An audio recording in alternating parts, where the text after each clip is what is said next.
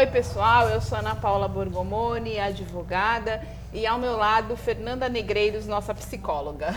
Oi, povo lindo, tudo bem? Mais um Papo Previnca, mais um monte de assunto bacana, pertinente, né? Que a gente trouxe aqui para que vocês aprendam mais um pouquinho e a gente também, com os nossos convidados.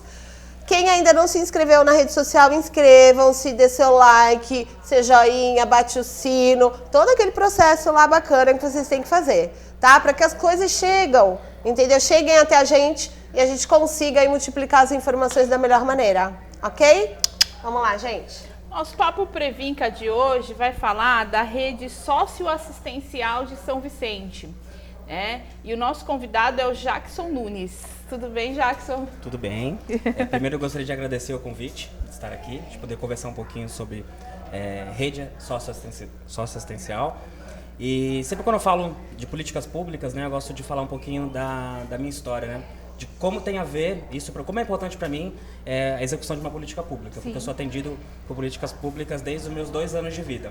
Então fui acompanhado com a minha mãe, né, por conta que ela era HIV positivo, então aí comecei a ser acompanhada psicólogo e assistentes sociais com 2 anos. Aos 8, ela acabou falecendo, então também entrei num processo de adoção, participei de serviços de convivência até os 14 anos. Quando eu saí, fiz todos os cursos, esses cursos que ofertam, né, cursos técnicos, profissionais. Terminei o ensino médio, comecei a desenvolver projetos no terceiro setor, que eu vi que era um local que eu poderia, né, colocar os meus sonhos, né, sonhos que eu tinha para a comunidade. Então comecei a organizar cursos, mutirões em comunidades. E aí daí para aí me apaixonei e falei, não vou sair dessa vida. E eu até sempre brinco assim com meus alunos, que eu também dou aula de direitos humanos, eu falo muito assim, lá atrás alguém estendeu a mão para mim. Então política pública é isso, é quando a gente consegue enxergar que alguém está estendendo a mão para você, né? E do outro lado tem aquela questão do preconceito, né? Quando você fala assim, mas eu estendi a mão para ele e ele não quer. Então a gente trabalha a questão de população de rua. Mas você está ofertando algo? Não, para ele tá fácil. Não, mas ele está no acompanhamento, ele não está mais. Né? A gente fala que na assistência não existe quantas vezes. Quantas vezes for necessário a gente vai estender a mão. Né? E aí quando a gente fala de vidas, que é uma outra coisa que a gente fala também na assistência, vida não se quantifica, né? Porque para todo gestor quantas famílias foram atendidas, quantos usuários conseguiram sair daquela situação. Então, números, né? Esses números. Vou até me arrumar, porque isso me deixa nervosa. Exatamente, só que está falando de vidas. Se a gente faz um projeto numa cidade e que consiga atender um usuário, ele consiga sair daquela condição, ótimo, a política pública ela conseguiu chegar até o seu ponto. Também se não conseguir, não era o momento. Então, acho que dá para a gente partir desse caminho de que cada um tem seu tempo, né? Cada um tem seu tempo e a gente, enquanto profissional, eu, enquanto assistente social, a gente tem que saber respeitar esse tempo e estar ali para estender a mão. Acho que a gente poderia começar assim. Respira, Jackson. Ufa, foi. Foi. Gente, o cara tava nervoso. Eu que tô nervosa agora, depois de um monte de coisa que ele faz. Eu falei, meu Deus, o que eu vou perguntar agora? Foi a melhor definição, Jackson, que eu já ouvi de política pública. Amei. Porque a gente ouve N definições técnicas de política pública. Agora, essa definição foi claríssima. Política pública é eu estender a mão para o outro, gente. É quantas simples, vezes for necessário. Por favor, senhores gestores que estejam nos assistindo, isso é política pública. Porque fazem tantas qualificações técnicas e não se chega ao estender a mão. Quantas vezes forem necessárias. Sim.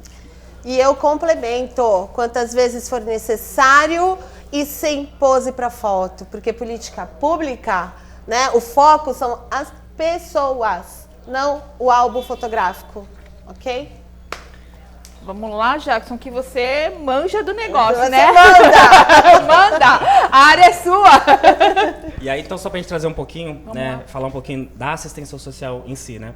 Como ela chegou, né, no Brasil, na década de 20, 30, né, que acabou chegando através desses processos na verdade, iniciou o processo de garantia de direito previdenciário, né, de trabalho, né, com a regulamentação aí da carteira de trabalho. Então, ela chegou dessa maneira. E aí, na década de 40, ela já passou, né, para a questão do damismo. Então, assim, as primeiras damas assumiram o papel da assistência social. E foi assim até 1990. Só que em 88, quando a gente conseguiu, de fato, né, promulgar a nova Constituição, aí teve um divisor de águas na assistência, que aí de fato, né, ela ficou ali no tripé da seguridade, né, assistência social, né, previdência social e saúde. A partir daí a gente falou, agora sim, agora dá para construir. E os profissionais que atuavam naquela época achavam assim, agora já melhorou, agora a partir, né, agora tá na Constituição, vai ser executado, mas não, foi um caminho muito longo até chegar nos dias de hoje. Então, ó, de 88 a 1993, que foi, de fato, a Lei Orgânica da Assistência. Então, teve um caminho aí até ela virar, de fato, uma lei orgânica da própria assistência social. E aí, caminhando nos anos, chegando lá em 2003, 2004, que aí criou-se o SUAS, que veio para gerenciar essas políticas públicas. Como que essa política ela vai ser executada? Quais vão ser os fatores? É proteção integral? É trabalhar o indivíduo? É o fortalecimento desse vínculo familiar? Como que ele vai ser feito?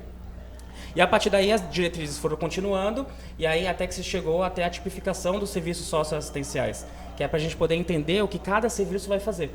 Sim. Que é a grande dificuldade, né? Porque senão cada município, porque está lá tá na lei. Então a assistência social é federal, estadual e municipal. Então se a gente não tem uma regulamentação, cada município vai fazer de uma forma. Então quando teve a tipificação dos serviços, a gente começou a entender qual é o papel do CRAS, qual é o papel do CREAS, né, quais são os níveis de complexidades, quais são os níveis de proteção. Então, eu falo bastante que a assistência social ela ainda está em desenvolvimento, porque assim como o SUS, que é um pouco mais antigo do que o SUAS, ele é um processo constante de transformação, que é o que a gente acredita no indivíduo também. Então, naquele momento, a gente consegue fazer um trabalho com ele. Poxa, mas eu fiz o mesmo trabalho com ele, daqui 2 semanas, o técnico falando, pô, não consegui, Jacques, fazer o mesmo trabalho. Eu falei, porque não é mais o mesmo momento. Ele está em outro momento. Então, o profissional tem que a todo momento se reconstruir para poder entender aquele usuário, né? E eu falo bastante na questão do acolhimento, que é onde eu trabalho hoje, faço a gestão do serviço de acolhimento. Só fazer um adendo aí. O profissional tem que se reconstruir e entender que emoção é cada dia um jeito, né? Você não consegue formatar, você não consegue ter felicidade não é igual para todo mundo, tristeza não é igual para todo mundo, né? O abandono não é igual para todo mundo. Ah, mas o cara tá ali, morador de rua há 20 anos, para ele tá suave, ele não quer abrigamento. Ok, para aquele não funciona. Mas aí você pega um que está 1 mês na rua pedindo, pelo amor de Deus, o abrigamento. Então, assim, vamos respeitar a individualidade também, né, Jacques? Acho que é o que você falou, sim, do momento, e para cada um é um caso. Não dá para generalizar, estamos falando de pessoas, né? Então, acho bacana reforçar isso. Pessoas, cada indivíduo tem um jeito, cada indivíduo tem uma maneira de se abrir para você e de aceitar ajuda também. Né? Então, é importante o profissional entender que ele tem que se reconstruir e entender que ele está lidando com emoções. Sim. E aí, quando a gente fala de profissional, a gente está falando também não só do assistente social, do psicólogo, mas a gente está falando dos operadores sociais, que também atuam, né? Os operadores sociais atuam tanto dentro do acolhimento, quanto também dentro do serviço de convivência, dentro dos CRAS. Então, esses profissionais também são importantes. E sempre que a gente conversa com eles, a gente tenta dizer assim, ó, quando você entra para dentro do equipamento, você tem que se despir dos seus preconceitos, do que você acredita na sua vida, da sua religião, porque ali você está executando uma política pública. E a gente tem muita dificuldade, porque aí o profissional olha e fala assim, não, mas poxa, ela está saindo várias... Não, isso eu não faria.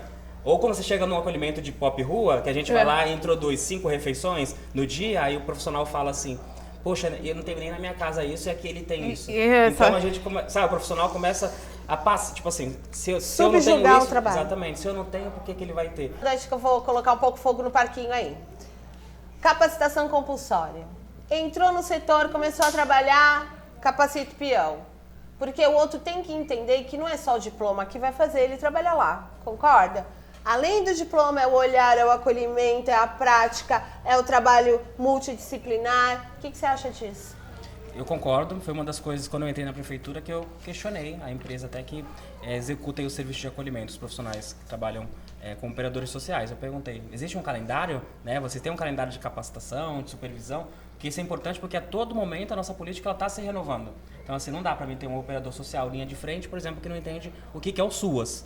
Né? Não dá para meter um operador social linha de frente que não entenda a importância, por exemplo, da política de redução de danos. Né? Se eu estou trabalhando naquele jovem que veio de uma situação periférica, né, de exclusão, de tráfico de drogas, de uso de drogas, para trazer para uma realidade dentro de um acolhimento institucional, né, que tem todas essas vertentes aí técnicas. Se você não tiver mínimo esse trato aí com com o usuário, a gente não consegue fazer um trabalho. Então, acho que essa capacitação deveria ser obrigatória em todas as instâncias, não só com operadores, também aquele assistente social que se formou na década de 80, né, a profissão é a mesma, ela está regulamentada. Só que assim, as políticas já mudaram. E aí, como também o indivíduo, os momentos da sociedade também mudam, então eu acho que a gente tem que pegar forte nessa questão de capacitação e supervisão. Continuando um pouquinho, me fala a diferença e explica, né, para quem está vendo a gente, da questão da importância do serviço social, que é diferente do assistencialismo. O assistencialismo eu posso fazer, ela pode fazer, você não precisa ter a formação do serviço social. Seu vizinho faz assistencialismo quando falta o fósforo, quando falta, né, o água, o açúcar. Fala um pouquinho dessa diferença, Jackson.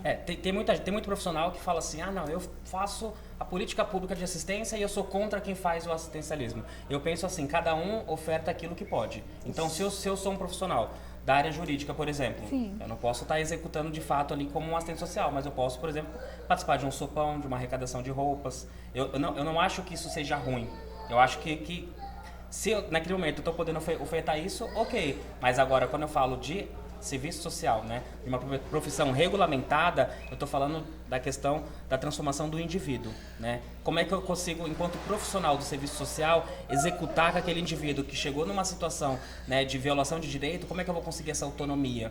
Então, assim, é muito estudo. Até brinco assim, quando a gente entra na faculdade, o pessoal fala assim, vai fazer serviço social para entregar a cesta básica, e cesta básica é o que menos a gente faz. Todo mundo acha que cesta básica é o que a gente faz o dia inteiro. Céu, exatamente. né? É fácil de conseguir. Não, os acompanhamentos sociais que o técnico faz, eles são muito maiores do que a cesta. A cesta naquele momento, de repente a família realmente ela não tem uma condição de se alimentar no dia. Então a cesta vai ser paliativa. Agora o acompanhamento, de quando ela chegou no serviço, encaminhamento para o serviço de saúde, educação, toda essa rotina, isso que é o trabalho do técnico. E essa é a diferença. Então acho que os dois dá para caminhar juntos. Né? Quem pode ofertar oferta, e o técnico, através do Estado ou das entidades, oferta do trabalho do assistente social. Lembra do que ele falou? É segurar a mão quantas vezes necessário, né? É ajudar quantas vezes necessário. A pessoa não é só um número, ela é um indivíduo, né? Com as suas limitações, com as suas violações. Então, cabe a gente fazer o melhor que pode ser feito naquele momento. E se você não puder fazer, ache quem faça. Procure ajuda, passe para a rede. Né? Para isso a importância das pessoas estarem envolvidas com a causa, tá bom? Em São Vicente, essa rede está estruturada? Como é que está em São Vicente, Jackson? Está estruturada. Então, a gente tem, por exemplo, na proteção social especial, a gente tem a divisão de duas. Então, a gente tem a básica, né, que é onde se refere os CRAS, né, que são o Centro de Referência da Assistência Social, que faz o trabalho de prevenção. Então, a família está com um problema de vulnerabilidade, seja financeira ou, de repente, familiar ou comunitária. Ela vai até o CRAS. Então, a gente tem 5 na cidade, dividido por território, né, que preconiza a legislação. Se ela já tem o direito violado, então ela vai procurar o CREAS, que é um serviço especializado. Lá ela vai ter o acompanhamento também de um assistente social, vai ter uma assessoria jurídica e um acompanhamento de psicólogos. Então, ela já está com o seu direito ali violado. Então, ali a gente também tem um serviço de acompanhamento que é o PAEF, que ele trabalha essa questão especializada do indivíduo, dessa proteção integral. E aí, de repente, não teve jeito, não conseguiu reestruturar a família, a parte financeira, né, a pessoa está nas ruas, então aí ele vai para a alta complexidade, que é a diretoria que eu faço a gestão aqui em São Vicente, que são os acolhimentos. Então aí a gente tem uma série de acolhimentos, que aí a pessoa realmente não tem para onde ir, não pode retornar para um vínculo familiar, está fragilizado ou rompido, ou financeiramente ela não tem condição de prover, então ela entra para dentro do acolhimento. E o papel do acolhimento é resgatar de volta essa autonomia, para que ela volte a passar no CRAS somente como prevenção. Então, a assistência social é um degrau, e depois quando chega lá em cima, está na alta, é como se fosse no hospital, na emergência. O médico está ali trabalhando para que ele volte à sua saúde. Então, a gente faz a mesma coisa. Então, a gente, legal, conseguiu voltar para a família, então volta com o acompanhamento do CRAS. Pergunta que não quer calar. Vítima de violência com 5 filhos. Eu preciso desse abrigamento. Enquanto profissional, eu vejo a necessidade dela sair daquela casa com risco iminente de morte. Se ela procurar um abrigo aqui em São Vicente, ela vai conseguir abrigamento para ela e para os 5 filhos? Vai sim. A gente tem acolhimentos hoje que atendem a mulher vítima de violência. Inclusive, a gente fez recentemente uma campanha técnica, né, no serviço para poder falar da importância da gente ser esse resguardo dessa mulher que vem procurar o serviço. Então, ela procurou o CREAS. o CREA já entendeu ali que ela não tem uma outra família que ela possa estar procurando. Então ela está sem o seu local, com seus 5 filhos. O CREAS encaminha a solicitação para alta complexidade. Então a gente tem um acolhimento de famílias, que a gente pode, né, encaminhá-la, mas se ela for, de repente, ela foi vítima de uma violência, uma tentativa de assassinato, e o cara ainda está solto e ele está perseguindo ela. A gente tem um outro acolhimento que é a Casa das Anas, que a gente faz esse acolhimento, esse atendimento mais especializado. E na Casa das Anas a gente tem toda a medida protetiva no sentido de não mostrar onde é o endereço, então essas questões de sigilo, porque ali são os casos mais graves. Então a gente tem hoje uma rede de acolhimentos que a gente suporta, e a gente teve um aumento bem grande aí na questão da pandemia. Ouviram? Então, por favor, pandemia deu isolamento social, mas as ajudas continuaram, né? Os acolhimentos, os abrigamentos, o serviço continuou, gente. Não parou por conta da pandemia. Não. Então, denúncia continua, abrigamento continua, por favor. Não é para ficar dentro de casa sendo massacrada e, de repente, acabar sendo assassinada, né? Por favor. Então, a rede está aberta. O nosso técnico aqui, ó, acabou de falar. E procurem ajuda, porque a rede está aí. Nós vamos encerrar hoje com o nosso querido Jackson, mas ele volta porque esse assunto é muito complexo, muito grande. Então nós vamos ter que fazer vários papos previncas com o Jackson, viu, Jackson? Gente, um beijo a todos e estamos por aqui. Gente, mais uma vez assim, né? Porque a gente aprende pra caramba, né, com os nossos convidados. Eu te agradeço imensamente. Tá, Jackson? E vocês que ainda não se inscreveram no canal, se inscrevam, dê seu like, dê seu joinha, bate o sino, deixe pergunta, faça tudo que tiver que fazer para que as coisas cheguem e continuem, né? É a participação de vocês que faz esse papo aqui continuar sendo bom, bacana e sensacional com os nossos convidados maravilhosos. Obrigada, gente. Obrigada, Até a próxima. Obrigada, Beijo. Jackson.